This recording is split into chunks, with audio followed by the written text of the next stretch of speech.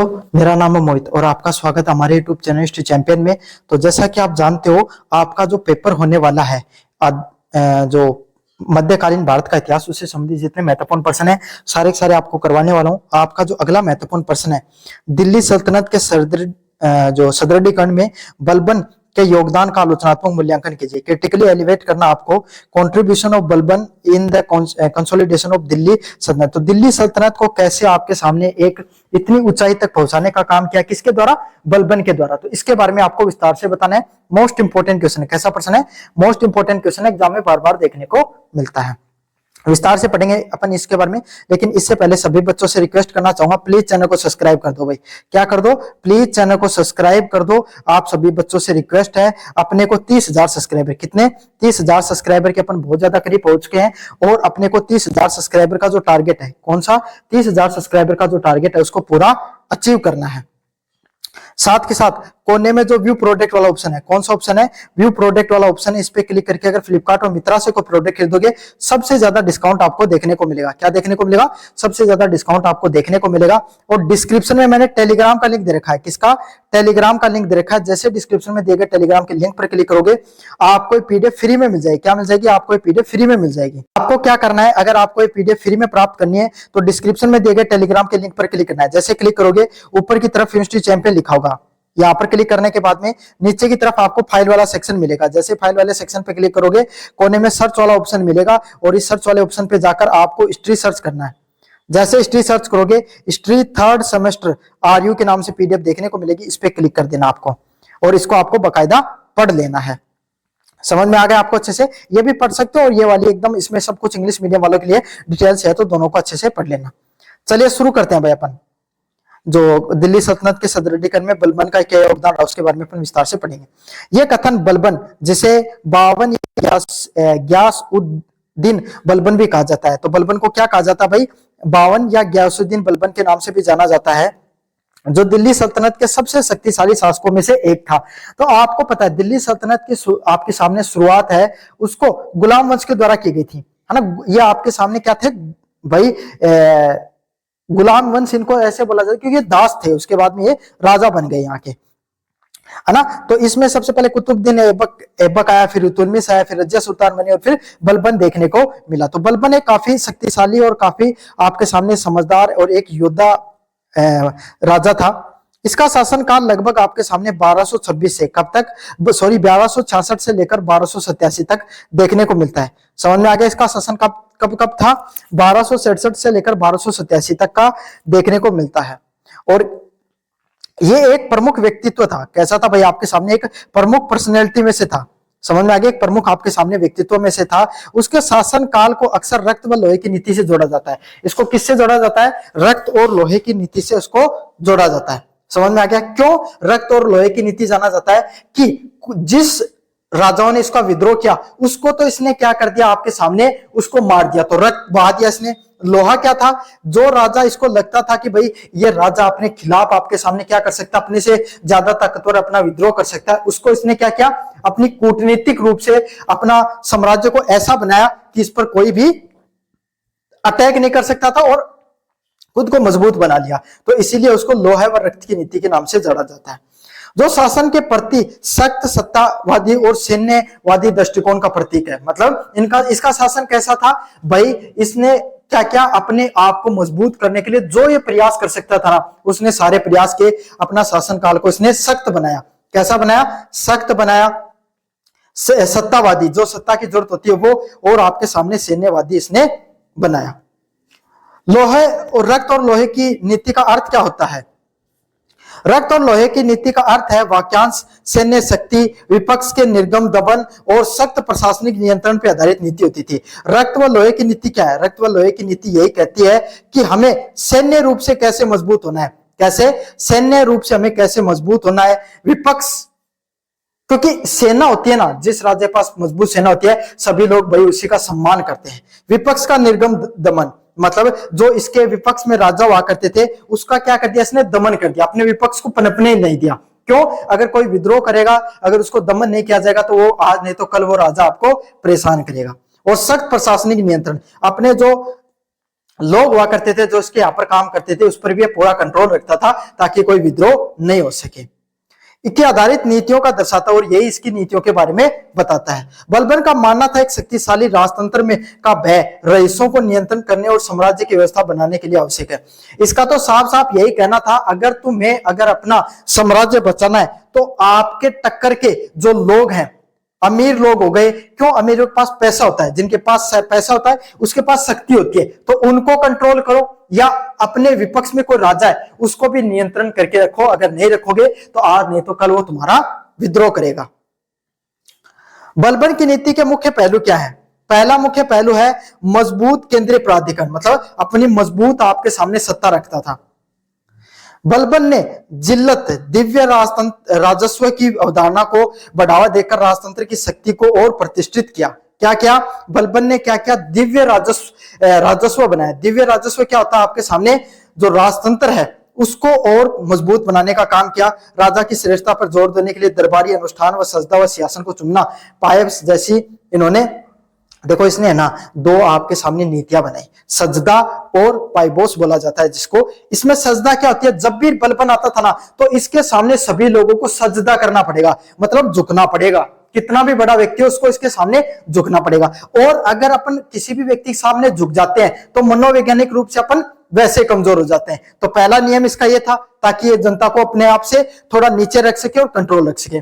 दूसरा पाइबोस, जिसका अर्थ ये था सिंहासन को चूमना।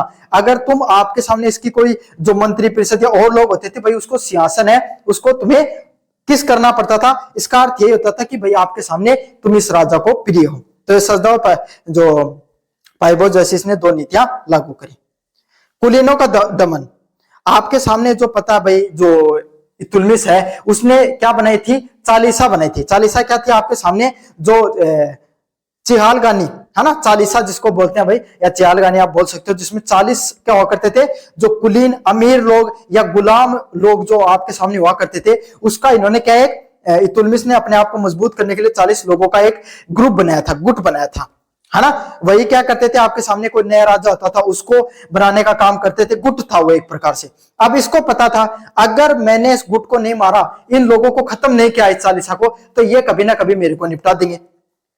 तो इसने क्या क्या जो चहलगानी थी, है ना, इसको खत्म कर दिया। 40 लोगों का जो ग्रुप था इसको क्या कर दिया इसने कहीं पर बोला कि तुम घूम के, और 40 के 40 इसको एक साथ मरवा दिया।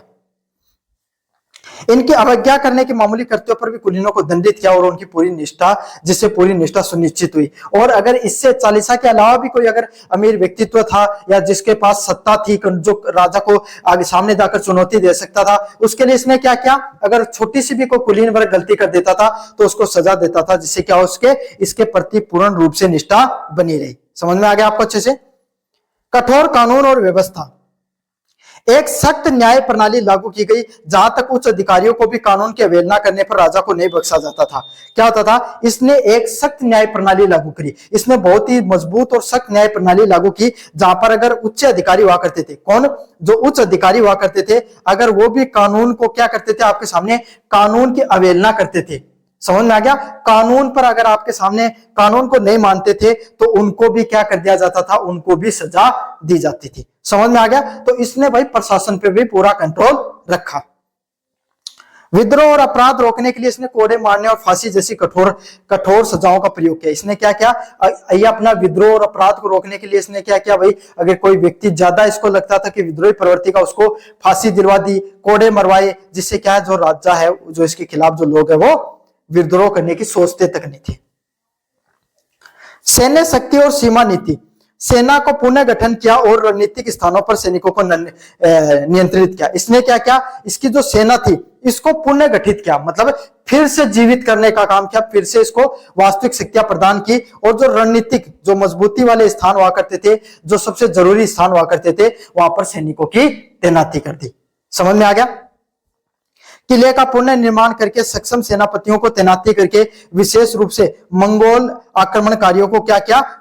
उत्तर पश्चिमी सीमा पर मजबूत किया। भाई मंगोल है वो आपके सामने किधर से, जो अफगानिस्तान वाला क्षेत्र था उधर से आक्रमण करते थे, तो और जो पंजाब वाला क्षेत्र, राजस्थान वाला क्षेत्र, इसको मजबूत कर दिया, वहां पे ज्यादा से ज्यादा सैनिक लगाए। और आंतरिक विद्रोह को कुचलने के लिए शेर खान का बंगाल का गवर्नर नेतृत्व किया। तो बंगाल में आपके सामने बार बार विद्रोह हो रहा था, उसमें इसने शेर खान को गवर्नर को नियुक्त करके वहां के जो नवाब थे उसको निपटा दिया। विद्रोह का दमन कैसे किया ये देखेंगे। बंगाल, अवध और राजपूताना के विद्रोह को कुचलने के लिए इसने सैन्य बल का भी प्रयोग किया। इसने क्या किया भाई, आपके सामने बंगाल, अवध और राजपूत, जो अपने राजपूत हुआ राजा हुआ करते थे, उन्होंने क्या किया भाई, इसका विद्रोह करने का प्रयास किया, है ना। तो इसके पास शक्तियां थी, अच्छी कुशल प्रशासनिक व्यवस्था थी, तो इसने क्या किया भाई, इसको जैसे मौका मिला इसने इसको कुचल दिया सैन्य बल का प्रयोग करके। किसका? सैन्य बल का प्रयोग करके। बंगाल में उसका अभियान उसके बेटे मोहम्मद की मृत्यु के साथ समाप्त हो गया, लेकिन उसने प्रांत पर सख्त नियंत्रण बनाए रखा। बंगाल पर उसका बेटा था मोहम्मद, उसकी मृत्यु हो जाती है, लेकिन उसके बाद में खुद जाता है और फिर खुद उसको हरा कर आता है ना, जिससे और उसके बाद में क्या करता है, उस जो प्रांत है बंगाल प्रांत को अपने कंट्रोल में रखता है। बलबन का शासनकाल एक कठोर व निरंकुश दृष्टिकोण का परिणाम था। बंगाल का जो शासनकाल है कठोर, और आपके सामने एक राजा के लिए जो जरूरी पहलू होता है कि अपने प्रशासन पर नियंत्रण रखे, वो इसने अच्छे से रखा।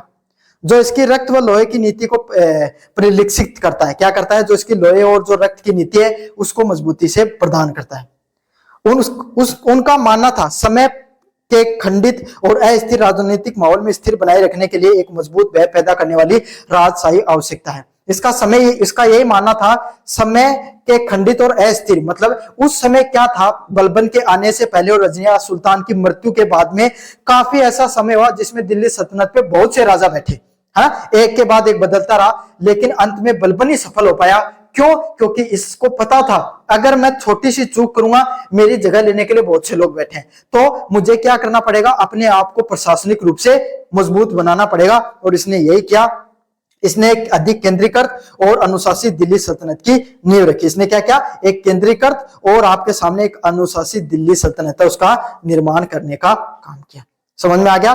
तो ये थी आपके सामने बलबन की लोहा और रक्त नीति। क्या थी? बलबन की जो लोहा और रक्त नीति यही थी। कैसा लगा वीडियो जोर से बताना, चैनल को जोर से सब्सक्राइब कर देना।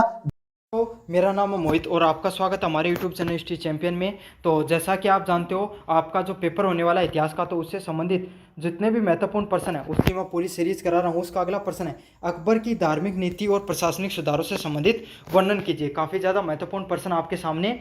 तो ये प्रश्न बार बार अलग अलग विश्वविद्यालय में पूछा जाता है, चाहे निबंधात्मक रूप से चाहे लघुतरात्मक रूप से। तो आपको क्या करना है, इस प्रश्न को पूरा देखना है, चैनल को जरूर से सब्सक्राइब कर देना और वीडियो को जरूर से लाइक कर देना। तो चलो शुरू करते हैं अपन वीडियो को। तो आपको पता है अकबर है, उसने 1556 से लेकर 1605 ईस्वी तक क्या था, जो आप मुगल सल्तनत था उस पर राज किया था, या दिल्ली सल्तनत पे राज किया था। और आपको पता है मुगल सल्तनत को शायद अकबर एक ऐसा राजा है जिसके महान लगता है, महान अकबर के नाम से इनको जाना जाता है। क्यों? इनके द्वारा उसके समय में ऐसी कार्य किए गए प्रशासनिक दृष्टि से, जो धार्मिक दृष्टि से, कि आज उनका जो जिसने मुगल साम्राज्य को ना सिर्फ एक अलग ऊंचाइयों तक पहुंचाया, साथ के साथ उनकी एक महानता की छवि के रूप में भी उनको जाना जाता है। इनके जो धार्मिक और प्रशासनिक सुधार लागू किए गए थे और उनके जो साम्राज्य से जो उनकी जो नींव थी वो क्या हुई थी, स्थायी और सदृढ़ बनती चली गई थी। इनकी अलग अलग नई नीतियाँ थी। धार्मिक सहिष्णुता, मतलब हर धर्म को एक समान मानना। अकबर की जो सहिष्णुता की नीति थी, समन्वय और प्रजाजन हितों की जो नीति थी, उसके आधार पर इसने नीतियों को अपनाकर भारत में क्या एकता और सुदृढ़ता की जो स्थिरता उसका नींव रखने का इसने कार्य किया। इसकी जो अलग अलग प्रकार की नीतियों की बात करें तो सबसे पहली नीति थी धार्मिक नीति। तो इसकी धार्मिक नीतियों की क्या प्रमुख उपलब्धियां रही, जिसके कारण ये पूरे जो इस मुगल साम्राज्य था उसको इसने एक नई खूबसूरती दी। तो पहले क्या थी, सहिष्णुता के दृष्टिकोण। तो सहिष्णुता का दृष्टिकोण क्या है, अकबर ने हिंदू और अन्य धर्म जो स्वावलंबी थे के प्रति सहिष्णुता की नीति माने। तो और जो मुगल साम्राज्य के जो राजाएं थे उनमें क्या कमियां थे, वो खुद मुस्लिम थे, तो वो सबको ये फोर्स करते थे कि आपको भी मुस्लिम धर्म को अपनाना चाहिए, और किसी धर्म को वो ज़्यादा मानते नहीं थे।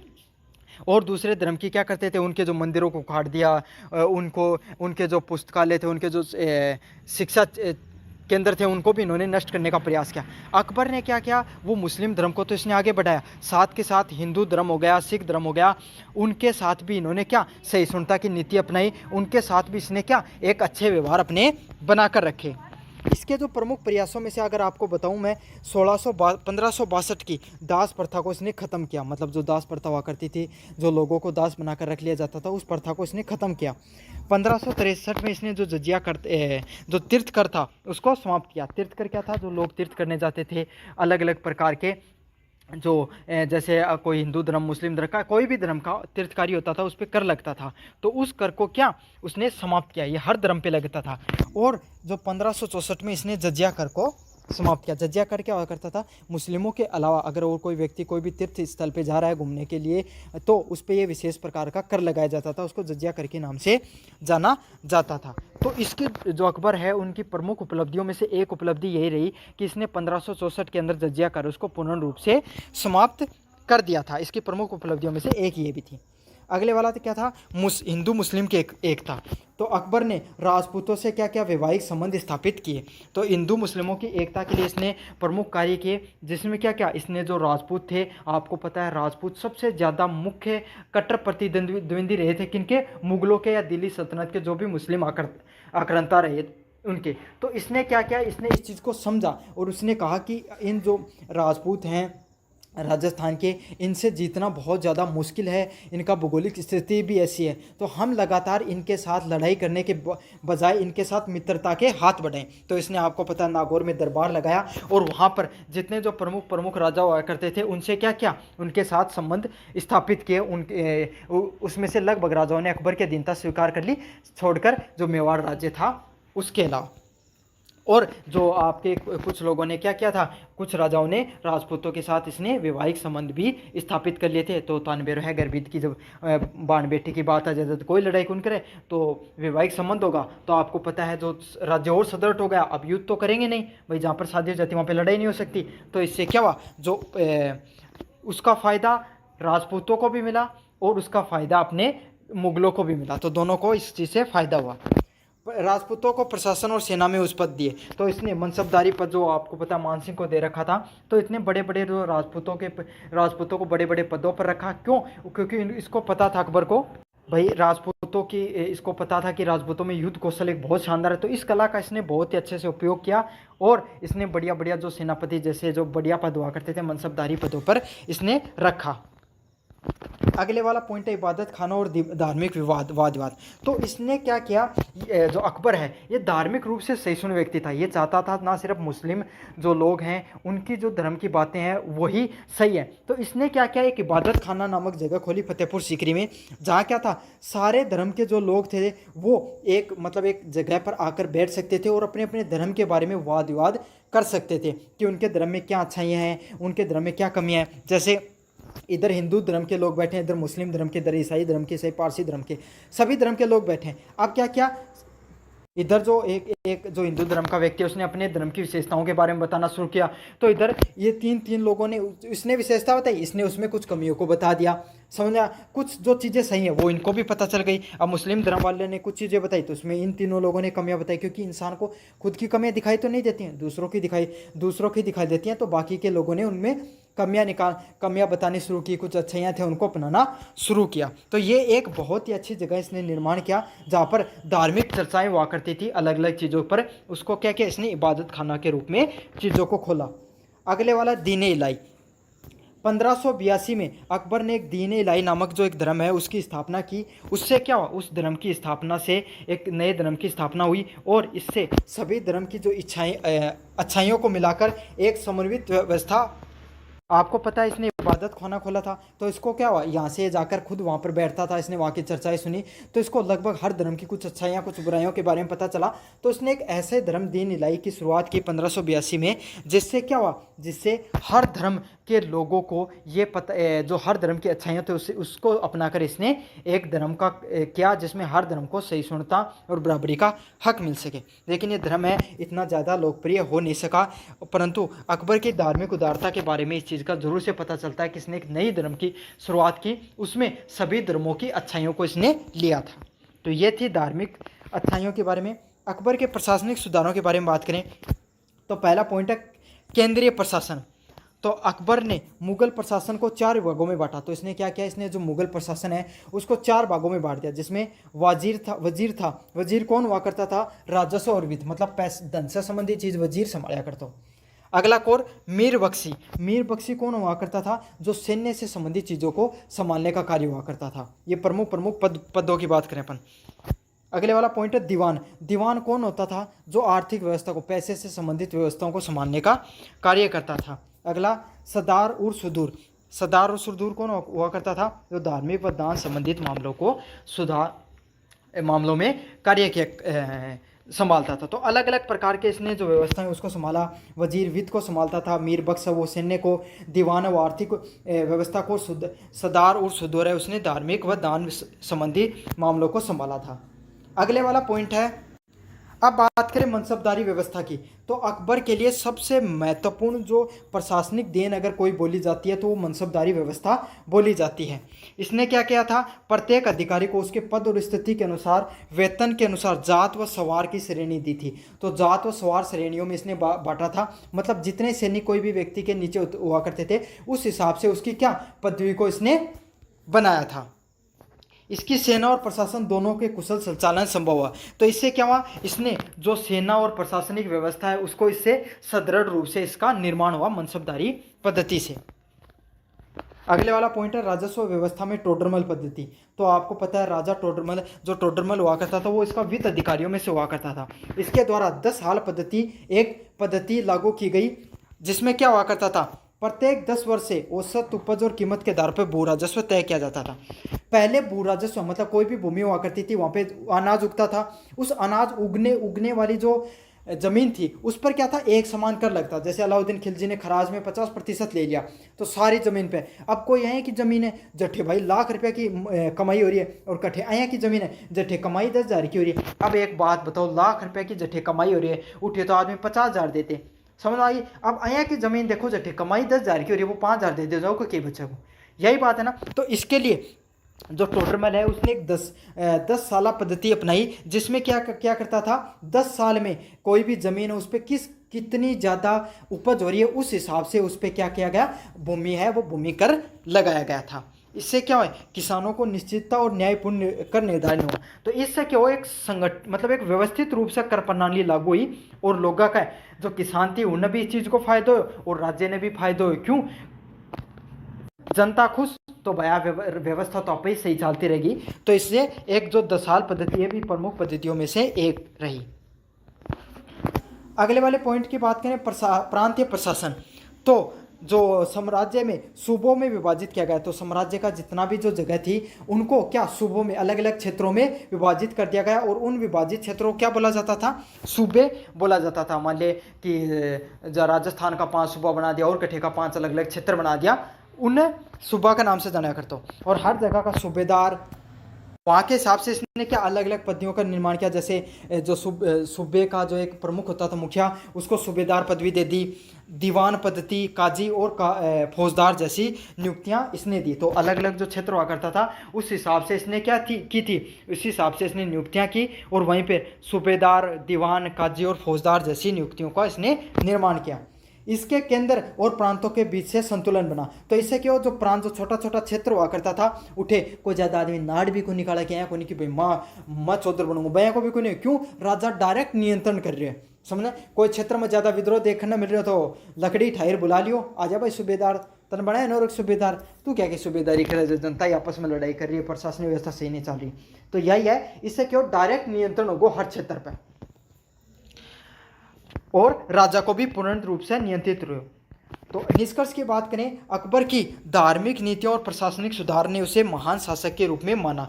तो जो भाई कोई भी राजा वो महान है कौन बने, उसकी महानता का पीछे कोई ना कोई कारण जरूर हुआ है। तो अकबर की महानता इसलिए जानी जाए कि उसने धार्मिक रूप से और प्रशासनिक रूप से इतना अच्छा कार्य किया, तभी तो वह इतना कुशल उसका प्रशासन रहा। मुगल साम्राज्य है, उसने एक छत्र राज करने का कार्य किया। और ख़ास बात है, छोड़कर महाराणा प्रताप के अलावा उसके सामने कोई ऐसा प्रमुख विरोधी भी नहीं था उस समय। कुछ लोगों को इसने अपने युद्ध कौशल के माध्यम से जीत लिया, और कुछ लोगों को इसने अपनी जो नीतियां थी उसके माध्यम से जीत लिया। कुछ लोगों को वैसे अधीनता स्वीकार करा दी थी। धार्मिक दृष्टिकोण से उसने सहिष्णुता और समन्वय की नीति अपनाकर विभिन्न समुदायों को जोड़ा। तो इसने धार्मिक रूप से सभी लोगों की जो सहिष्णुता और जो समन्वय, मतलब एक जगह लोगों की रहन की नीति अपनाकर क्या कि अलग अलग प्रकार के जो समुदाय थे उनको जोड़ने का इसने कार्य किया था। प्रशासनिक दृष्टि से मनसबदारी और राजस्व व्यवस्था ने साम्राज्य को सुदृढ़ किया। तो इसने जो अलग अलग प्रकार की नीतियां लगाई थी, जो मनसबदारी पद्धति थी और जो राजस्व व्यवस्था थी, तो इसके जो प्रशासनिक दृष्टिकोण, धार्मिक दृष्टिकोण से ही नहीं प्रशासनिक दृष्टिकोण से भी को राज्य है वो और ज़्यादा मजबूत हो गया था। इस प्रकार से जो अकबर की नीतियों ने भारत में मुगल साम्राज्य को स्थिरता, दीर्घायु और वैभव प्रदान करने का कार्य किया। तो इस प्रकार से जो अकबर की नीतियाँ थी इसने मुगल साम्राज्य के एक स्थिरता प्रदान करी और एक बहुत लंबे समय तक वो मुगल साम्राज्य है उसको वैभव बने रहो। वो एक ही नीतियाँ कोई देन थे जो इतना साल तक चलो, वो आने वाला बाद में राजा कोई डंका सा भला काम करया कौन था, समझ में आ गई। तो इसीलिए अकबर ने इन सब जो इसके प्रशासनिक और धार्मिक कार्यों की वजह से अकबर को एक महानता की उपलब्धि मिलती है। तो यह आपके सामने जो अकबर की धार्मिक और प्रशासनिक सुधारों से संबंधित प्रश्न है, बहुत बहुत बहुत मोस्ट इंपॉर्टेंट प्रश्न है, आपके सामने ज़रूर से देखने को मिलेगा। अच्छे से करके चले जाना इस प्रश्न को, इस वीडियो को अच्छे से देख लेना। धन्यवाद। मेरा नाम है मोहित और आपका स्वागत है हमारे यूट्यूब चैनल यूनिवर्सिटी चैंपियन में। तो जैसा कि आप जानते हो, आपका जो पेपर होने वाला है इतिहास का, उससे संबंधित जितने भी महत्वपूर्ण प्रश्न है सारे के सारे मैं आपको करवाने वाला हूँ। तो उसका जो अगला महत्वपूर्ण प्रश्न है, शिवाजी और हिंदू पद व शाही की अवधारणा व शिवाजी के प्रशासनिक व्यवस्था पर टिप्पणी कीजिए। काफ़ी ज़्यादा महत्वपूर्ण प्रश्न आपके सामने अलग अलग बार विश्वविद्यालय में पूछा जाता है, तो अब की बार भी ये प्रश्न जरूर से पूछा जाएगा। तो चलो शुरू करते हैं अपन वीडियो को। शिवाजी के द्वारा 1630 से लेकर 1680 तक भारतीय इतिहास में आपको पता है सबसे महान योद्धाओं के रूप में उनको जाना जाता है। और आपको पता है मुगलों का जिस समय बहुत मुस्लिम आक्रांताओं का पूरे भारत पर क्या था, वो क्रूर थे, उन्होंने सब पे क्या कर रखा था, परेशान कर रखा था। उस समय छत्रपति शिवाजी निकल कर आते हैं और उनसे दो हाथ करते हैं, उनसे लड़ाई करते हैं और उनको दिखाते हैं पूरे भारतवर्ष के राजाओं को कि इन मुगलों से हम जीत सकते हैं और इन मुगलों को हम हरा सकते हैं। इनकी कूटनीति, इनकी प्रशासनिक दृष्टिकोण से इनका जो व्यवस्था थी वो इतनी मजबूत और सुदृढ़ थी कि इन्होंने मुगलों के साथ एक बहुत अच्छी इन्होंने टक्कर दी थी। तो इसी के वजह से इनको हिंदू पद्मशाही की अवधारणा दी जाती है, जो क्या दिखाती है, जो उनकी राजनीतिक स्वतंत्रता, सांस्कृतिक जागरण और धार्मिक सहिष्णुता का प्रतीक के रूप में। तो आपको पता है हिंदू धर्म की जो मुस्लिम आक्रांता क्या करते थे, हिंदुओं के मंदिरों को उखाड़ दिया करते थे, हिंदुओं की जो जबरन हिंदुओं को मुस्लिमों में परिवर्तित कर दिया करते थे। तो इस समय इन्होंने जो शिवाजी है, इन्होंने जो हिंदू धर्म है उसके लिए इन्होंने क्या किया, उनको एक सर्वोच्च स्तर तक लेकर गए। उनके लिए इन्होंने एक छत्रसाल के रूप में इन्होंने काम किया, इसलिए इनको छत्रपति के रूप में इनको जाना जाता है। हिंदू पद्मशाही की अवधारणा क्या है? हिंदू पद्मशाही का शाब्दिक अर्थ है हिंदुओं की सर्वोच्च सत्ता या राज्य व्यवस्था होना। तो इसका शाब्दिक अर्थ ये है कि हिंदुओं की जो सत्ता है वो सबसे उच्च स्तर पर है। इसको ही क्या बोला जाता है? हिंदू पद्मशाही के नाम से जाना जाता है। शिवाजी ने इस विचार को केवल धार्मिक स्तर पर ही नहीं बल्कि राष्ट्रीय और सामाजिक स्तर पर भी प्रस्तुत किया। मतलब जो हिंदू साम्राज्य है उसको एक सर्वोच्च स्तर तक पहुंचने को क्या कहा जाता है? हिंदू पद्मशाही के नाम से जाना जाता है। और वो पद्धति, वो राज्य ना सिर्फ राष्ट्रीय रूप से बल्कि सामाजिक आधार पर भी क्यों, इसको हिंदुओं की जहाँ पर बात हो। और इनका मुख्य उद्देश्य क्या था? विदेशी सत्ता, मुगल जो सुल्तान व अफगान शासक है, इन सब से आपको क्या मुक्ति दिलाकर जो भारतीय संस्कृति का जो गौरव है, भारतीय जो संस्कृति का आपके सामने जो अलग महत्व है उसको क्या पूरी दुनिया के सामने या भारत में उसको फिर से स्थापित करना, जो मुगलों के द्वारा, मुस्लिम आक्रांताओं के द्वारा कहीं ना कहीं वो खो चुकी थी, जो भारतीय संस्कृति और गौरव था उसको फिर से भारत में स्थापित करना। जो हमारी वैदिक सभ्यता थी, जो हमारी हिंदू सभ्यता थी, जो हमारी सनातन धर्म की जो अपनी सभ्यता थी वो कहीं ना कहीं खोती जा रही थी, उसको एक शिवाजी अपनी डोर अपने हाथों में संभालते हैं और उसको फिर से एक नई ऊंचाइयों तक पहुंचाने का कार्य करते हैं। शिवाजी के जो राजनीतिक दृष्टिकोण की बात करें, शिवाजी ने मुस्लिम सत्ता के प्रभुत्व को चुनौती दी। तो शिवाजी है बहुत समय बाद में एक ऐसा कोई राजा निकल कर आया जिसने क्या की, मुस्लिम जो सत्ताएं थी, मुस्लिम जो राज्य था उसको क्या दी, पहली बार चुनौती देने का कार्य किया। और एक स्वतंत्र मराठा राज्य की स्थापना की। और क्या क्या, जो मराठा राज्य है, जो दक्कन में मराठा राज्य है, महाराष्ट्र वाला, गुजरात सौराष्ट्र वाला, वहाँ पर एक मजबूत और एक स्वतंत्र मराठा राज्य का निर्माण किया। वे किसी एक धर्म के विरोधी नहीं थे, बल्कि धर्म सहिष्णु व्यक्ति थे। अच्छा, इनको हिंदू पदशाही की जो पद्धति मिलती है, मतलब हिंदुओं का रक्षक के रूप में, लेकिन फिर भी ये धार्मिक सहिष्णु व्यक्ति थे। ऐसे नहीं थे कि सिर्फ हिंदू की जो बात करते थे, बल्कि दूसरे धर्म का भी सम्मान करते थे। उन लोगों को भी इन्होंने कभी नीचा दिखाने का कार्य नहीं किया। तो इनको माना कि धर्म हिंदू पद्मशाही की पद्धति तो मिली, लेकिन इसने दूसरे धर्मों को कभी भी नीचा दिखाने का कार्य नहीं किया। इनका मुख्य उद्देश्य हिंदू धर्म और संस्कृति की रक्षा करना और जनता को न्यायपूर्ण शासन देना था। तो इनका मुख्य उद्देश्य क्या था?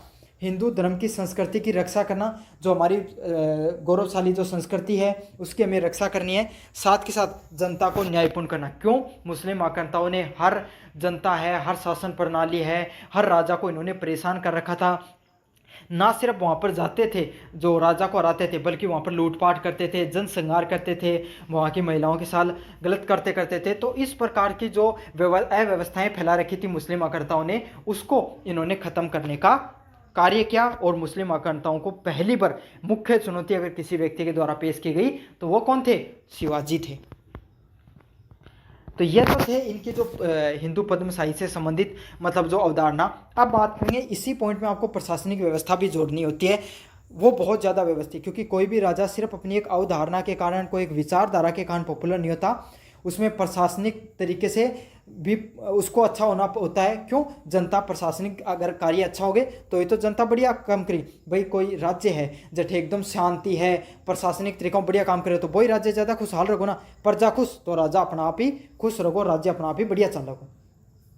तो शिवाजी ने क्या किया? शिवाजी ने एक सुदृढ़ प्रशासनिक ढांचा खड़ा किया, जिसमें अष्टप्रधान परिषद मतलब प्रधानमंत्री, सेनापति, वित्त मंत्री और न्याय मंत्री है, उनको क्या किया? उनका निर्माण किया। मतलब एक अष्टप्रधान मंत्री परिषद का निर्माण किया, जिसमें क्या करता? एक प्रधानमंत्री है करतो जो सबसे मजबूत, सेनापति, वित्त मंत्री और न्याय मंत्री। मतलब हर एक अलग अलग जो जरूरत हुआ है कोई भी प्रशासनिक दृष्टिकोण से कोई भी राज्य ने, उसके लिए अलग अलग एक मजबूत जो व्यक्तित्व वाले व्यक्ति हुआ करते थे, उनको एक पद दे दिया गया और उस पद पे उनकी नियुक्ति कर दी गई। और उसमें 8 प्रमुख व्यक्ति हुआ करते थे अलग अलग पद पे। उन 8 व्यक्तियों को क्या कहा जाता था? अष्टप्रधान के नाम से जाना जाता था।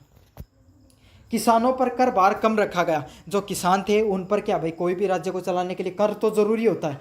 कर नहीं होगा, पैसा नहीं होगा तो राज्य कैसे चलेगा प्रशासनिक कार्य के लिए? लेकिन जो कर है उसको हम क्या कर सकते हैं? कम कर सकते हैं। तो शिवाजी ने क्या किया? कर को बहुत ही कम रखा, कम से कम रखा। और भूमि मापन पर आधारित न्यायपूर्ण प्रणाली के साथ क्या क्या, जो भूमि मापन है उसके लिए एक जो आधारित न्यायपूर्ण प्रणाली है उसकी शुरुआत की गई। सेना को नियमित वेतन और अनुशासन दिया गया। जो सेना थी उसको क्या किया गया? नियमित रूप से वेतन किया गया। क्यों?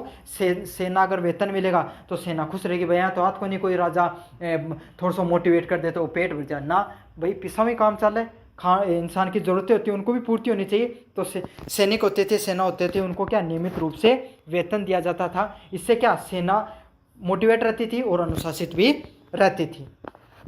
नौसेना का संगठन किया। अच्छा, पहले नौसेना का निर्माण करने वाले व्यक्तित्वों में से भी एक कौन थे? शिवाजी थे। तो इन्होंने क्या किया? नौसेना का भी निर्माण किया, जिससे समुद्री तट है उसकी भी रक्षा होती है। तो महाराष्ट्र वाले तट था, वहाँ पर इन्होंने रक्षा के लिए क्या की? नौसेना का भी निर्माण किया था। तो सोचो अब हमारे पूर्वजों ने किस समय पहले जो नौसेना उसका निर्माण कर लिया था।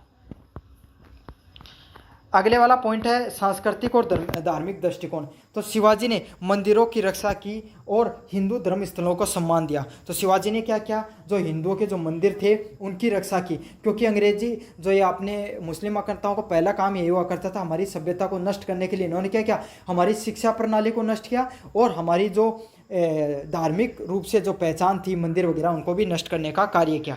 तो ये क्या किया? शिवाजी ने इनको संरक्षित करने का कार्य किया। इन्होंने संस्कृत और मराठी भाषा को प्रोत्साहन दिया और इन्होंने अपनी जो लोकल भाषा थी संस्कृत भाषा और मराठी भाषा को प्रोत्साहन देने का भी कार्य किया। परंतु इन्होंने इस्लाम और मुस्लिम लोगों के प्रति कोई भी कटुता नहीं दिखाई। कई मुस्लिम अधिकारी इनके सेना के प्रशासन में भी शामिल थे। तो इनकी खूबसूरती इनके धार्मिक सहिष्णुता में थी। इनके द्वारा क्या किया गया? इस्लाम को अपनाया तो गया, लेकिन इन्होंने मुस्लिम धर्म के प्रति कोई भी प्रकार की कटुता नहीं दिखाई गई। कई मुस्लिम अधिकारी इनके सेना और प्रशासन में भी थे।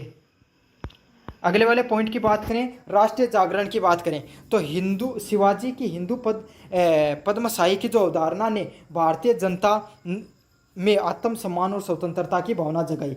तो शिवाजी ने क्या किया, शिवाजी की जो हिंदू पद्मशाही की जो अवधारणा है, जो हिंदुओं के रक्षक के रूप में जाना जाता था, इसने क्या किया, जो भारतीय जनता जो उत्पीड़ित हो चुकी थी मुस्लिम आक्रांताओं के द्वारा, उनको इन्होंने संगठित करने का कार्य किया और उन लोगों को आत्मसम्मान और स्वतंत्रता दिलाने का इन्होंने कार्य किया। इस विचार ने न केवल मराठाओं को बल्कि पूरे भारत के विदेशी शासन के विरोध में प्रेरणा मिली। तो इससे क्या हुआ, इस विचार से न केवल जो मराठा थे उनको बल्कि पूरे भारत में जो विदेशी शासन थे जो उसके विरोध में भी लोगों को प्रेरणा मिली कि जो और राजा थे, छोटे छोटे राजा, उनको प्रेरणा मिली कि अब हम भी स्वतंत्र हो सकते हैं। अगर ये काम शिवाजी कर सकता है तो हम भी कर सकते हैं, मुस्लिम आक्रांताओं को हम भी हरा सकते हैं। लोगों को मोटिवेशन मिला। भाई खरबूजन देखे, खरबूजो तो रंग मिला है, पहले तो कोई एक आदमी ने को बड़ो काम करना ही पड़े जो आज तक कोई गुण करो। तो यही कार्य किसने संभाला था, शिवाजी ने संभाला था। फिर तो धीरे धीरे आपका औरंगजेब के बाद में तो सत्ता और है वो कमजोर होती चली गई थी। आगे चलकर यह अवधारणा मराठा साम्राज्य के विस्तार और भारत में मुगल सत्ता के पतन का कारण मिली। और आगे जाकर जो मराठाओं की जो मजबूती है, इसने क्या किया, मराठा साम्राज्य को एक बहुत ही ऊंचे स्तर तक पहुंचाया। और मुगल जो सत्ता है उसमें क्या, औरंगजेब के बाद में कोई प्रमुख शासक भी नहीं हुआ। और मराठाओं की मजबूती है, इसने क्षेत्रीयवाद की भावना को और अच्छे से बढ़ाया कि भाई क्षेत्रीय जो राजा हैं वो भी उभर कर आए और जो मुगल हैं उनकी क्या सत्ता धीरे धीरे कमजोर होती चली गई। निष्कर्ष की बात करें, शिवाजी केवल एक क्षेत्रीय शासक नहीं थे बल्कि एक राष्ट्रवाद के अग्रदूत भी थे।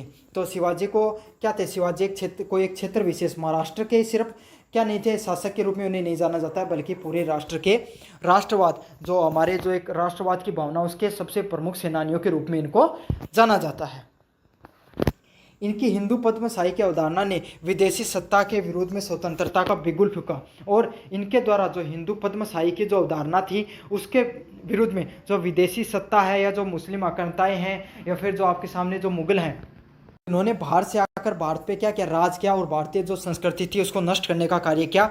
इस अवधारणा को इसने क्या क्या स्वतंत्रता के विरुद्ध में बिगुल बजाया। यह अवधारणा धार्मिक सहिष्णुता, सांस्कृतिक गौरव और न्यायपूर्ण शासन पर आधारित था। तो ये जो आपके सामने जो अवधारणा देखने को मिलती है, इसने क्या, जो धार्मिक सभी धर्म के लोगों के प्रति सहिष्णुता है देखने को मिली, सांस्कृतिक गौरव और न्यायपूर्ण शासन को इसने आधारित थी। मतलब सभी लोगों को न्याय मिला, इनके द्वारा जो शासन किया इसमें सभी धार्मिक रूप से भी सहिष्णु था। ऐसे नहीं कि मुस्लिम लोगों के इन्होंने विरुद्ध में कई अभियान चलाए तो मुस्लिम लोगों को परेशान किया, बिल्कुल भी नहीं किया। कई प्रशासनिक पदों पर इनके सामने मुस्लिम लोग भी थे। तो धार्मिक सहिष्णुता के रूप में भी शिवाजी को जाना जाता है। इसलिए इनको भारत के इतिहासकारों ने भारत का नेपोलियन, महाराष्ट्र स्वतंत्रता संग्राम के जनक और आधुनिक भारत के राष्ट्र निर्माता के प्रेरक के रूप में भी जाना जाता है। इसीलिए इन्हें क्या, भारत के नेपोलियन, मराठा स्वतंत्रता संग्राम के जनक और आधुनिक भारत के राष्ट्र निर्माण के प्रेरक के रूप में भी इनको जाना जाता है। तो ये थे आपके जो शिवाजी हैं, इनको हिंदू पद्मशाही और इनके जो प्रशासनिक दृष्टिकोण से किए गए सारे जो कार्य है उनको भी मैंने समझा दिया। काफ़ी ज़्यादा महत्वपूर्ण प्रश्न आपके सामने जरूर से देखने को मिलेगा। भाई अंग्रेजों का आपके सामने क्या देखने को मिला, पतन देखने को मिला, क्या क्या कारण रहे और उसके पतन के बाद में क्या परिणाम निकलता है उसके बारे में आपको विस्तार से बताना। काफी ज्यादा महत्वपूर्ण प्रश्न है, अच्छे से कर लेना। सबसे पहले बात करें 1707 में औरंगजेब की मृत्यु के बाद लगभग 150 वर्षों तक चलने वाला विशाल मुगल साम्राज्य ताश की पत्तों तक की तरह बिखर गया। क्यों बिखर गया?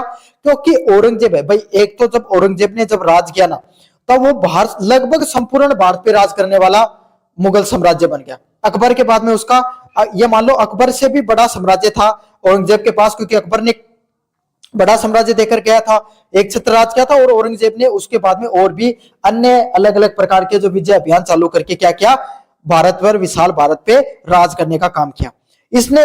और इसका सबसे बड़ी कारण यही थी, औरंगजेब ही मुगल साम्राज्य के पतन के पीछे कारण था। क्यों कारण था? क्योंकि इसने क्या किया, इसने किया कि यह अधिकतर दक्षिण भारत में रहा। इस वजह से जो इसका साम्राज्य तो उत्तर भारत में था, दिल्ली सल्तनत का राजा था, तो दक्षिण भारत में रहने की वजह से जो उत्तर भारत की जो सल्तनत है वो धीरे धीरे डगमगानी शुरू हो गई, धीरे धीरे विरोध के सवार आने लगे। औरंगजेब खुद तो एक कुशल शासक था, तो इसके सामने तो लोग इतने बोलते नहीं थे, लेकिन धीरे धीरे इसके पीछे क्या हो गई, चापलूसों की सेना बननी शुरू हो गई थी। पतन के पीछे प्रमुख कारण क्या है? पहला कारण है औरंगजेब की दोषपूर्ण नीतियां।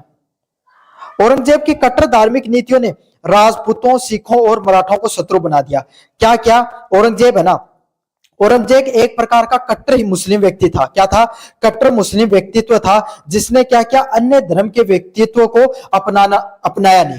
अकबर में क्या खास बात थी? अकबर ने सिर्फ अपने इस्लाम धर्म का ही प्रचार नहीं किया, बल्कि अन्य धर्म के लोगों को भी क्या किया, अपनाना शुरू कर दिया। उसका चाहे मंत्री परिषद हो, चाहे उसके द्वारा जो अन्य जो हिंदू राजाओं का सम्मान करना हो, उस सूबेदारी का पद देना हो, उसका अकबर की सहिष्णुता की जो नीति थी, इसी वजह से मुगल साम्राज्य में अकबर का जो नाम है वो महान सम्राट में लिया जाता है।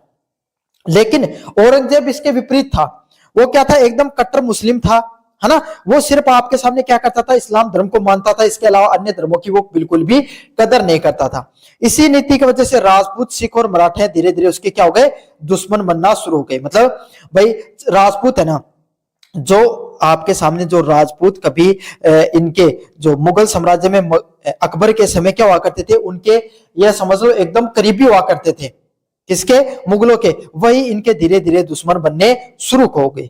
सिख और मराठाओं भी धीरे धीरे क्या हो गए, शत्रु बनने शुरू हो गए। सिख है भाई, इन्होंने क्या किया, औरंगजेब ने सिखों को भी धीरे धीरे परेशान करना शुरू कर दिया और मराठाओं के साथ भी युद्ध करना शुरू कर दिया। तो इससे क्या हुआ, इसकी जो नीतियां है, जो ये आपके सामने साम्राज्यवाद की इसकी जो नीति थी, सभी राज्यों पर आक्रमण करता था, इस नीति ने क्या कर दिया, धीरे धीरे आपके सामने इसकी सल्तनत को खतरे में डालना शुरू कर दिया।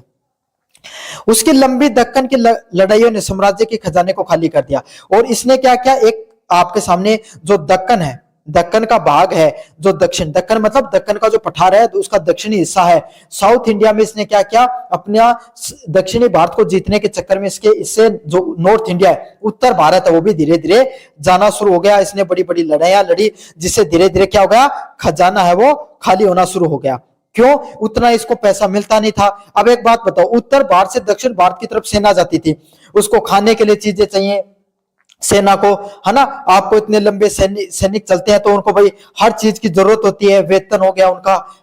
समझ में आ गया आपको? उत्तर से दक्षिण में जाने पर, और उस समय ऐसे तो आता नहीं था कि भाई कोई आज के समय की कोई टैंक ले गए, कोई एरोप्लेनों में, कोई रेलगाड़ी के माध्यम से रसद ले गए, ऐसे तो होता नहीं था। लोग चाहिए हर चीज के लिए, तो उससे वजह से क्या हुआ, बहुत ज्यादा पैसा है वो खर्च होना शुरू हो गया था और इससे क्या, सेना भी थकनी शुरू हो गई थी। इतनी लंबी लड़ाइयों ने क्या कर दिया था, सेना को भी हतोत्साहित करने का काम कर दिया था। अगले वाला पॉइंट है अयोग्य उत्तराधिकारी। औरंगजेब के बाद के शासक जैसे बहादुर शाह जफर, मोहम्मद शाह रंगीला विलासी और अयोग्य थे।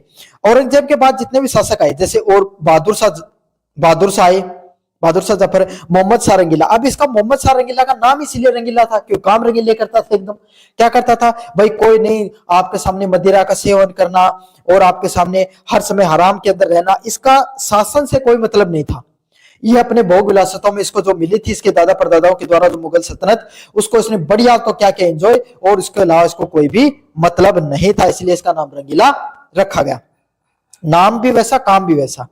वे विद्रोही गुटों और शासन की जटिलताओं को संभालने में समर्थशाली नहीं थे। इनके जो मंत्री परिषद हुआ करती थी ना, वो इनका राज्य संभालते थे। अब थे एक बात बताओ, घर 10 जना चौधर करनी हो जाए, जब घर चाल जाएगी कदे कौन चाले, तो बाई बात होगी कि राज करनिया कम होगा, चौधर करनिया ज्यादा होगा, है ना। तो इस वजह से जो सल्तनत है वो धीरे धीरे डगमगाने लग गई, विद्रोही गुट ज्यादा होने लगे। क्या होने लगे, जो सब गुट होते हैं, इनके विद्रोही गुट जो आपके सामने ज्यादा हो गए और धीरे धीरे शासन है वो डगमगाने लगा, शासन में चुनौतियां आने शुरू हो गई। दरबारी गुटबंदी। मुगल साम्राज्य ईरानी, तुरानी, हिंदुस्तानी गुटों में बदल गया। जो भाई मुगल साम्राज्य था उसमें क्या हुआ, क्योंकि मुस्लिम लोग थे, मुगल साम्राज्य मुस्लिम लोगों से था, तो ईरान के जो उत्तराधिकारी, ईरान के जो आपके सामने मंत्री परिषद के लोग थे, तुर्कमेनिस्तान से या तुर्की से आने वाले जो मुस्लिम जो मंत्री परिषद अलग थे और हिंदुस्तान के जो मंत्री परिषद था वो अलग था। तो अलग अलग प्रकार के छोटे छोटे गुटों में क्या हो गई, गुटबाजियां होनी शुरू हो गई। अमीर और विराट जो वजीरों ने हितों की बजाय अपने निजी स्वार्थों के साथ लड़ने लगे, और जो पहले जो वजीर हुआ करते थे, वजीर कौन, जिनके पास छोटी छोटी रियासतें हुआ करती थी, वो पहले राजपूत भी शामिल थे, मराठा भी, सिख भी। ये क्या हुआ करते थे भाई, मुगलों के प्रति थोड़ा बहुत सहानुभूति रखते थे, उनके लिए अपने भाई ये मान लो उनको उनके लिए इनके मन में सहानुभूति थी, क्योंकि अकबर ने भाई उनको सम्मान दिया था, उनको इज्जत परोसी थी, लेकिन औरंगजेब तो ऐसा नहीं था। और उसके बाद के जो शासक थे वो उनमें बिल्कुल भी काबिलियत नहीं थी। तो इससे क्या हो गया, उन्होंने सोचा कि अब धीरे से अगर इनकी ये जो छोटे मोटे बचे हुए मुगल शासक अगर इनको हटा दिया जाएगा तो अपना भी काम बन जाएगा। आर्थिक और जागीरदारी संकट, कृषि उत्पादों में गिरावट आनी शुरू हो गई और जागीरों की कमी के कारण मनसबदारी व्यवस्था भी चरमरा गई। क्या हो गई, जो कृषि का उत्पादन, भाई कृषि है, फसल का उत्पादन धीरे धीरे कम होने लगा, तो पैसे का भाई पैसे की रुकावट भी आनी शुरू हो गई, जिससे जो जागीर हुआ करती थी, जागीर क्या होती थी भाई आपके सामने, धन दौलत पैसा होता था, वो धीरे धीरे कम आने लगा, जिससे क्या मनसबदारी, जो मनसबदारी जो प्रक्रिया हुआ करती थी, जिसमें क्या हुआ करता था कि जो मनसब हुआ करते थे वो क्या करते थे, टैक्स वसूलने का काम करते थे कृषि पर, वो धीरे धीरे कम होना शुरू हो गया। सेना को वेतन देने के लिए धन का अभाव हो गया, और जो सेना है उसको पैसे देने के लिए वेतन भी नहीं मिलने लगा, तो सेना वैसे संगठित नहीं होने लगी। विदेशी आक्रमणकारी, नादिर शाह ने 1739 और अहमद शाह अब्दाली के आक्रमणों ने क्या किया, साम्राज्य को रही सही शक्ति और प्रतिष्ठा को पूरी तरीके से नष्ट कर दिया। आदिल शाह ने क्या किया, 1739 के अंदर 39 के अंदर, और अहमद शाह अब्दाली के आक्रमण क्या किया, इन्होंने मुगल साम्राज्य पर आक्रमण किया, और ये मान लो कि दिल्ली के अंदर इन्होंने इतनी मारकाट मचाई, नरसंहार मचाया कि पूरी जो दिल्ली है वो रक्त रंजित हो गई। समझ में आ गया। तो धीरे धीरे जनता भी समझने लगी कि अब मुगल शासकों में वो ताकत नहीं बची है, मुगल शासकों में वो सामर्थ्य नहीं बचा है कि वो हमारा पूरा का पूरा जो साम्राज्य है उसको संभाल सके। और धीरे धीरे क्या हो गई, लोग भी आपके सामने, लोगों ने भी विद्रोह करना शुरू कर दिया। जो वजीर छोटी छोटी रियासतें होती थी उन्होंने भी अपना मोह भंग होना शुरू हो गया।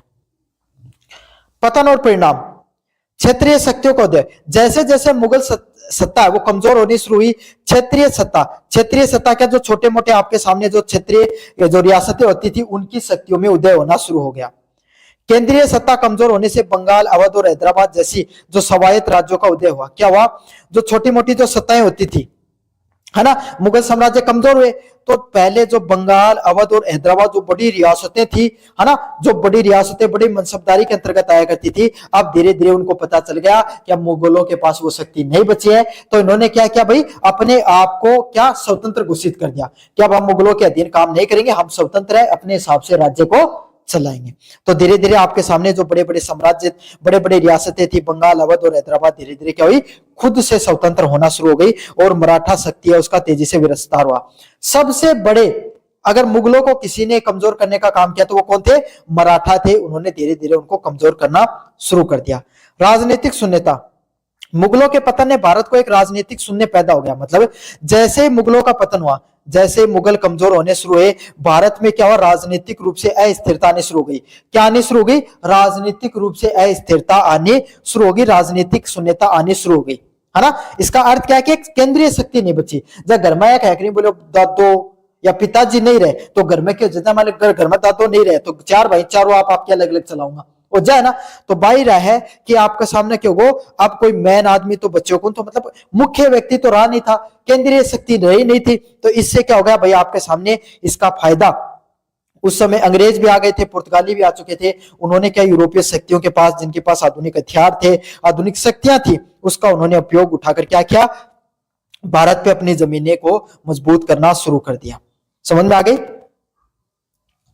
अराजकता, कानूनी व्यवस्था के पतन से व्यापार और वाणिज्य पे प्रभावित हुआ और जनजीवन असुरक्षित हो गया। क्या हुआ, कानूनी व्यवस्था रही नहीं। पहले केंद्रीय हाथों में सत्ता हुआ करती थी, इस वजह से क्या है, आपके सामने पूरे का पूरा कंट्रोल देखने को मिलता था। लेकिन अब धीरे धीरे वो व्यवस्था चरमराने लग गई, जिससे व्यापार का भी पतन हुआ। क्या हुआ, व्यापार भी कमजोर होना शुरू हो गया, और वाणिज्य जो धन दौलत है उसमें भी आपके सामने प्रभावित हुई, और जो जनजीवन है, लोगों का जो जनजीवन है वो भी अस्त व्यस्त होना शुरू हो गया। समझ में आ गया। तो ये था औरंगजेब के बाद में मुगल साम्राज्य के पतन के क्या क्या कारण रहे, इसके बारे में अपन ने विस्तार से जाना। कैसा लगा वीडियो जोर से बताना, चैनल को जोर से सब्सक्राइब कर देना। धन्यवाद। हेलो बच्चों, मेरा नाम है मोहित और आपका स्वागत हमारे यूट्यूब चैनल हिस्ट्री चैंपियन में। तो जैसा कि आप जानते हो, आपका जो पेपर होने वाला है मध्यकालीन भारत का इतिहास, उससे संबंधित जितने महत्वपूर्ण प्रश्न होने वाले हैं वो मैं आपको करवाने वाला उसका अगला महत्वपूर्ण प्रश्न है, analyse the main feature of Mughal administration system. Mughal प्रशासनिक व्यवस्था की प्रमुख विशेषताओं का विश्लेषण कीजिए। काफी ज्यादा महत्वपूर्ण प्रश्न है, एग्जाम में बार बार पूछा जाता है। इस प्रश्न को ऐसे भी पूछा जा सकता है, मुगल कि जो वास्तुकला है उसके बारे में आपके सामने विस्तार से बताना है। समझ में आ गया? प्रशासनिक व्यवस्था या वास्तुकला का आपके सामने मुगल कालीन वास्तुकला के बारे में विस्तार से बताइए, ऐसा प्रश्न देखने को मिलता है। तो दोनों में से कोई प्रश्न आए आपको अच्छे से कर लेना है। साथ के साथ चैनल को सब्सक्राइब कर देना, अपने दोस्तों को जरूर से शेयर कर देना है। साथ साथ कोने में जो व्यू प्रोडक्ट वाला ऑप्शन है इस पे क्लिक करके फ्लिपकार्ट और मित्रा को प्रोडक्ट खरीदोगे, सबसे ज्यादा डिस्काउंट आपको देखने को मिलेगा, जरूर से शेयर कर देना। डिस्क्रिप्शन में टेलीग्राम का लिंक दे रखा, वहां पे पीडीएफ फ्री में मिल जाती है, तो जरूर से जाके डिस्क्रिप्शन में दिए गए टेलीग्राम के लिंक पर क्लिक करके टेलीग्राम भी ज्वाइन कर सकते हो। चलिए शुरू करते हैं अपन क्लास को। मुगल काल 1600 लेकर 18वीं शताब्दी तक भारत में वास्तुकला का स्वर्णिम युग का गवाह बना। मतलब मुगल काल है वो आप सबको पता है 16वीं शताब्दी से लेकर बाबर ने शुरुआत की है और लगभग औरंगजेब तक स्वर्णिम युग था। उसके बाद में भी रहे, लेकिन उस काल तक तो एकदम सबसे ऊंचाई पर था, ये समझ लो वो काल तो सबसे शानदार था। और कोई भी साम्राज्य जब फैलता है तो उसकी वो सिर्फ सैन्य दृष्टिकोण से नहीं फैलता है, उसमें वास्तुकला क्या होती है? कोई मीनारों का निर्माण हो गया, है ना, कोई मस्जिद का निर्माण हो गया, कोई किले का निर्माण हो गया, कोई जो निकासी होती है वो हो गया, कोई मंदिर की मूर्तियों का निर्माण हो गया, सब कुछ आपके सामने उसी के अंदर आता है वास्तुकला। समझ में आ गया? तो उस समय की कैसी संस्कृति है उसके बारे में अपन उसको वास्तुकला के नाम से जानते हैं। तो उस समय काल में आपके सामने जो कोई भी साम्राज्य जब अपनी विस्तार पे फैलता है तो सिर्फ वो अपने सैन्य दृष्टिकोण के लिए जाना जाए ऐसा नहीं होता है। उस समय के राजा कुछ ना कुछ आपके सामने ऐसी चीज जरूर बनवाते थे जिसके लिए उनको जाना जाता है। समझ में आ गया?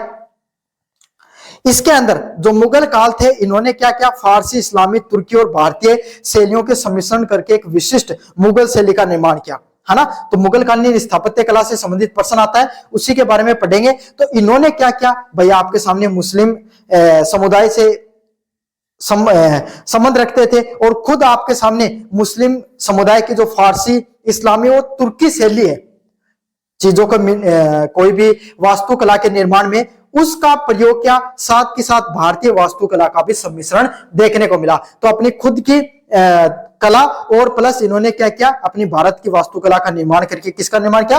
अपनी खुद की एक कला इन्होंने बनाई, उसको मुगल शैली के नाम से जाना जाता है। मुगल वास्तुकला अपने विशाल पैमाने, जटिल सजावट और सामंजस्यपूर्ण अनुपात के लिए प्रसिद्ध है। क्या है? मुगल वास्तुकला को किसके लिए जाना जाता है? बहुत ही आपके सामने विशाल पैमाने के क्या करते हैं आपके सामने विशाल पैमाने के लिए जाना जाता है, जटिल सजावट के लिए जाना जाता है और सामंजस्यपूर्ण अनुपात के लिए जाना जाता है। समझ में आ गया? बहुत सोच समझ के क्या करते हैं आपके सामने निर्माण किया जाता है इनके द्वारा, है ना। तो बहुत ही सुंदर, बड़ी लेकिन सुंदर आपके सामने चीजों का निर्माण करते थे। क्या क्या प्रमुख विशेषताएं थी? लाल बलुआ पत्थर और सफेद संगमरमर का प्रयोग। आप देख सकते हो लाल किले में किसका प्रयोग किया गया है? लाल बलुआ पत्थर का किया गया है। फतेहपुर सीकरी में जाओगे वहां पर भी उसका प्रयोग किया गया है ना। सफेद संगमरमर का भी कहीं कहीं पर प्रयोग देखने को मिलता है। ताजमहल किससे बना है? सफेद संगमरमर से बना है ना। तो अक्सर ये पत्थर और संगमरमर का प्रयोग करते थे, मतलब पत्थर का ही आपके सामने मुख्यतः प्रयोग करते थे जो थोड़ा कठोर या मजबूत श्रेणी का हो और जिसका नेचुरल खुद का रंग हो। समझ में आ गया? नेचुरल रंग हो, जैसे लाल कलर है, लाल किले का वो पेंट थोड़ी क्या है, पत्थर का रंग लाल है, संगमरमर सफेद पहले से सफेद है, तो उसका नेचुरल कलर का वो प्रयोग करते थे। प्रारंभिक मुगल इमारतों में मुख्य रूप से लाल बलुआ पत्थर का प्रयोग किया जाता है। जब शुरुआती काल आता है ना, मुगल स्थापत्य कला का, जब शुरुआती अकबर, हुमायूं, आपके सामने बाबर जैसे जो राजा रहे, इन्होंने मुख्यतः किसका प्रयोग किया? लाल बलुआ पत्थर का मुख्यतः प्रयोग किया गया। बाद की संरचनाएं विशेष रूप से शाहजहां के काल से जटिल जड़ाई कार्य के लिए सफेद संगमरमर का प्रयोग किया गया। लेकिन उसके बाद में शाहजहां आता है। कौन आता है? शाहजहां आता है और वो क्या करता है भाई आपके सामने? जटिल कारीगरी के लिए जाना जाता है। किस चीज के लिए जाना जाता है? अपनी जटिल कोई भी चीजों के निर्माण में जटिल कारीगरी के लिए जाता है। बहुत ही शानदार कारीगरी करता था। तो उसके लिए सफेद जो बलुआ पत्थर है ना, वो बलुआ पत्थर तो टूट सकता है, लेकिन संगमरमर की क्या खूबसूरती है? वो आसानी से टूटता नहीं और उस पर निकासी बहुत खूबसूरत होती है। दूसरी बात है सफेद कलर का है, सूर्य की किरणें टकराती है तो चमकता है, खूबसूरत भी दिखता है। तो इसीलिए क्या कहा, शाहजहां ने लाल बलुआ पत्थर की जगह सफेद संगमरमर को चुना। समझ में आ गया? इसने क्या किया, जो कठिन जटिल जो कारीगरी होती है उसके लिए उसने सफेद पत्थर को चुना, क्योंकि भाई सफेद जो संगमरमर होता है ना वो आसानी से टूटता नहीं है, उस पर निकासी शानदार बनती है।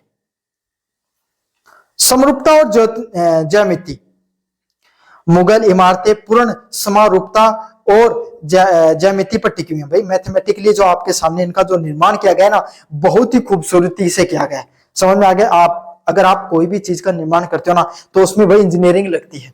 समझ में आ गया? मैथमेटिकली कोई कैलकुलेशन लगती है। अब आप कह देते हो ना कि सर जी मैं तो जिंदगी में साइन कोस बड़े मारे के काम आयो, ये थारा जो घर बने हैं, कोई भी बड़ी बड़ी इमारत बने है ना, साइन कोस को बहुत यूज हुआ है। समझ में आ गया? तो जीवन में उपयोग हो सकता है, आपके नहीं आए लेकिन किसी और के काम आता है। और आपने जो पढ़ाई की, आपके कहाँ काम है? आपने जो पढ़ाई की उससे आपका जो बुद्धि का विकास हो, उसको आप जिंदगी में और कहीं लगा सकते हो, है ना। तो जो इन्होंने क्या किया, जो ज्योमिति होती है और समरूपता का बहुत अच्छे से प्रयोग किया, इसीलिए वो इमारतें खूबसूरत भी बहुत लगती हैं।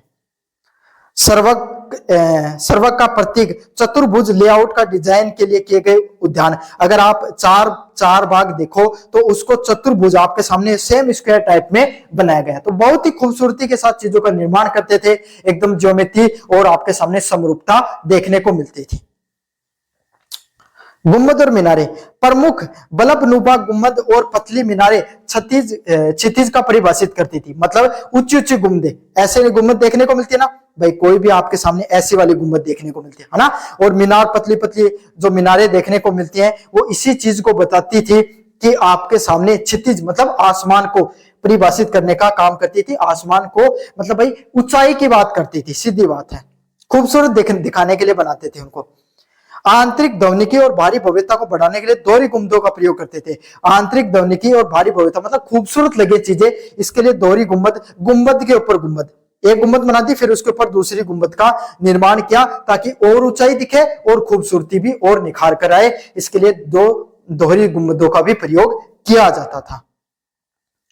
सजावटी तत्वों का किसका प्रयोग करते थे? पिएट्रा ड्यूरा, पत्थर की जड़ाई का काम, सुलेख, पुष्प रूपांकन और जाली स्क्रीन। किसका? जाली स्क्रीन, जालीदार पत्थर की खिड़कियों का उपयोग करते थे। क्या करते थे? पिएट्रा ड्यूरो, पत्थर की जड़ाई का काम होता था। सुलेख का निर्माण, पुष्प रूपांकन, पुष्पों से आपके सामने पुष्पों का मतलब जो फूल होते हैं उसका आकार देना। जाली स्क्रीन, ऐसे जो आपके सामने जालियां नुमा खिड़कियां बनाया करते थे, है ना। और कारीगरी करते थे। देखो आप कभी भी पुरानी इमारतें देखना, उसमें पत्थर की अलग अलग प्रकार की कारीगरी, उसमें उसको तोड़ तोड़ के उसमें कारीगरी की जाती है। उसको पिएट्रा ड्यूरा के नाम से जाना जाता है। मेहराबों, तिजोरियां व निकुली मेहराबों का व्यापक उपयोग होता था। मेहराबों का प्रयोग करते थे, तिजोरियां बनाया करते थे, और निकुली जो मेहराब है उनका खूब इन्होंने बनाया गया। प्रसिद्ध मुगल स्मारक कौन कौन से हैं? पहला है हुमायूं का मकबरा दिल्ली में। पहला प्रमुख मुगल उद्यान मकबरा ताजमहल का पूर्ववर्ती। पहले भाई जो सबसे पहले हुमायूं का मकबरा बनाया गया, लाल किले के आपके सामने साइड में देखने को मिलता है वो भी। और यहाँ पर क्या था? एक उद्यान भी था, मतलब बाग भी देखने को मिलता था, और वहीं पर उस मकबरे का निर्माण किया गया था। बहुत ही खूबसूरत था। फिर लाल किला का निर्माण, शाहजहां द्वारा निर्मित विशाल बलुआ पत्थर का किला निर्माण। क्या किया गया भाई? लाल किले का निर्माण किया गया। किसके द्वारा? शाहजहां के द्वारा। शाहजहां ने क्या किया? आपके सामने एक बहुत ही विशाल बलुआ पत्थर, है ना, लाल पत्थर के, मिट्टी के पत्थर का उपयोग करके एक बहुत ही विशाल किले का निर्माण कराया। किसका? एक बहुत ही विशाल किले का निर्माण कराया गया। समझ में आ गया? लाल बलुआ पत्थर से। जामा मस्जिद, भारत की सबसे बड़ी मस्जिदों में से एक। भारत की जितनी भी जो मस्जिद है, उन सभी मस्जिदों में से एक जो जामा मस्जिद है उसका निर्माण कराया गया। किसका? भारत की जितनी भी जो बड़ी मस्जिद है उसमें से एक जो मस्जिद है जामा मस्जिद, उसका भी निर्माण कराया गया। समझ में आ गया? फतेहपुर सीकरी, अकबर द्वारा महलों और मस्जिदों द्वारा नियोजित नगर। तो अकबर ने क्या किया? खुद के रहने के लिए एक शहर बसाया जिसका नाम रखा फतेहपुर सीकरी। काफी दिनों तक उसकी अपनी राजधानी भी बनाया, है ना। तो यहाँ पर इसने खुद के महल बनाए, मस्जिद वगैरह का निर्माण कराया। समझ में आ गया? अलग अलग प्रकार के महल, ताकि वो वहां पर रह सके, और खुद की मस्जिद वगैरह का भी इसने वहां पर निर्माण कराया, ताकि वहां पर भाई पूरी राजा रहेगा तो सारी व्यवस्था ही वहीं पर रहेगी, व्यवस्था रहेगी तो चीजें भी चाहिए। तो फतेहपुर सीकरी अकबर ने बसाया था। ताजमहल, शाहजहां द्वारा मुमताज महल का निर्माण कराया गया। विश्व प्रसिद्ध सफेद संगमरमर का मकबरा संवाद प्रेम का प्रतीक है। क्या है?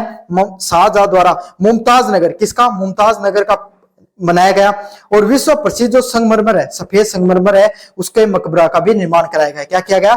शाहजहां के द्वारा मुमताज महल का निर्माण कराया गया। और विश्व प्रसिद्ध सफेद संगमरमर होता है, क्या होता है? सफेद संगमरमर होता है, उसका भी निर्माण कराया गया।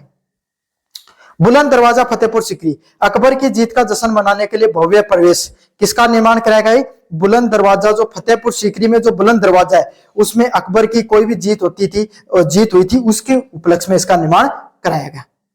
चलिए, मुगल वास्तुकला विविध सांस्कृतिक प्रभावों का मिश्रण देखने को मिलता है। मतलब जो मुगलों की जो वास्तुकला है इसमें आपके सामने बहुत सी चीजें हैं देखने को मिलती हैं, जिसके क्या है भाई, एक तो ऊंचाई भी उसकी है, खूबसूरती भी है और कलात्मक रूप से भी देखने को मिलता है।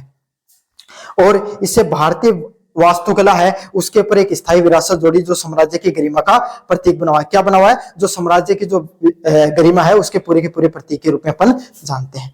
तो यह है मुगल कालीन प्रशासनिक व्यवस्था की मुख्य विशेषताएं। कैसा लगा वीडियो जोर से बताना, चैनल को जोर से सब्सक्राइब कर देना।